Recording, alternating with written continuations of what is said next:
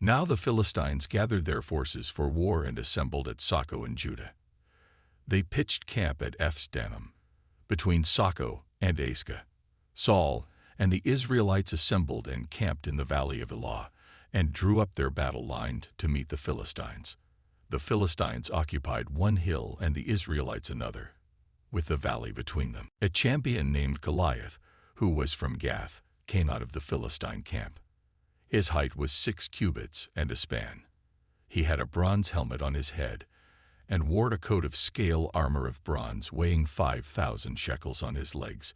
He wore bronze greaves, and a bronze javelin was slung on his back. His spear shaft was like a weaver's rod, and its iron point weighed 600 shekels. His shield-bearer went ahead of him. Goliath stood and shouted to the ranks of Israel, "Why do you come out and line up for battle? Am I not a Philistine? And are you not the servants of Saul? Choose a man and have him come down to me.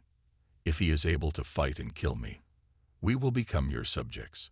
But if I overcome him and kill him, you will become our subjects and serve us."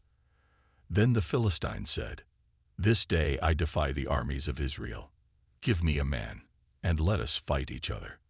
On hearing the Philistines' words, Saul and all the Israelites were dismayed and terrified. For 40 days the Philistine came forward every morning and evening, and took his stand.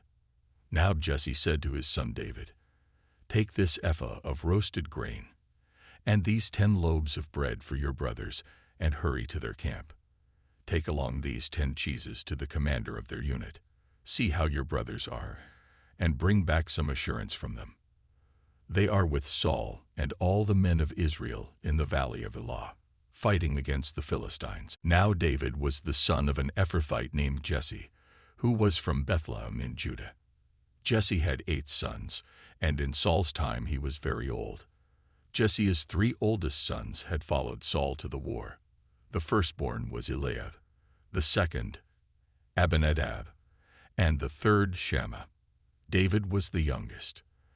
The 3 oldest followed Saul, but David went back and forth from Saul to tend his father's sheep at Bethlehem. Now Jesse said to his son David, "Take this ephah of roasted grain, and these 10 loaves of bread for your brothers, and hurry to their camp.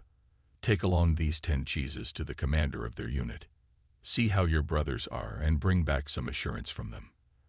They are with Saul and all the men of Israel in the valley of Elah, fighting against the Philistines." Early in the morning David left the flock in the care of a shepherd, loaded up and set out, as Jesse had directed. He reached the camp as the army was going out to its battle positions, shouting the war cry. Israel and the Philistines were drawing up their lines, facing each other. David left his things with the keeper of supplies, ran to the battle lines, and asked his brothers how they were.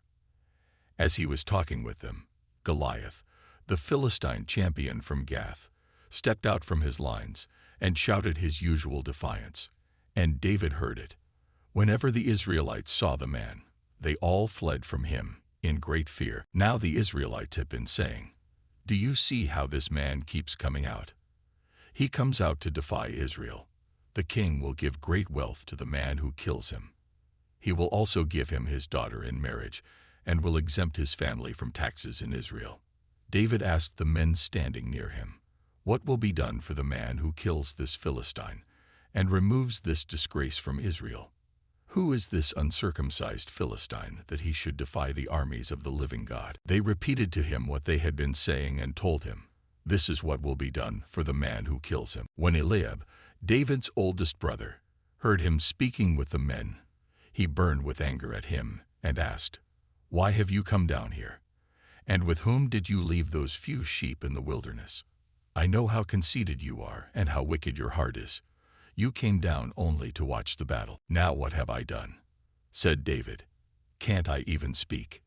He then turned away to someone else and brought up the same matter, and the men answered him as before. What David said was overheard and reported to Saul, and Saul sent for him. David said to Saul, "Let no one lose heart on account of this Philistine. Your servant will go and fight him." Saul replied, "You are not able to go out against this Philistine and fight him. You are only a young man, and he has been a warrior from his youth." But David said to Saul, "Your servant has been keeping his father's sheep. When a lion or a bear came and carried off a sheep from the flock, I went after it, struck it, and rescued the sheep from its mouth. When it turned on me, I seized it by its hair, struck it, and killed it. Your servant has killed both the lion and the bear. This uncircumcised Philistine will be like one of them, because he has defied the armies of the living God, the Lord who rescued me from the paw of the lion, and the paw of the bear will rescue me from the hand of this Philistine." Saul said to David, "Go, and the Lord be with you." Then Saul dressed David in his own tunic. He put a coat of armor on him and a bronze helmet on his head.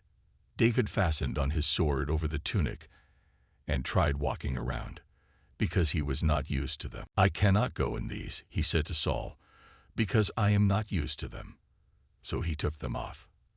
Then he took his staff in his hand, chose 5 smooth stones from the stream, put them in the pouch of his shepherd's bag, and with his sling in his hand, approached the Philistine.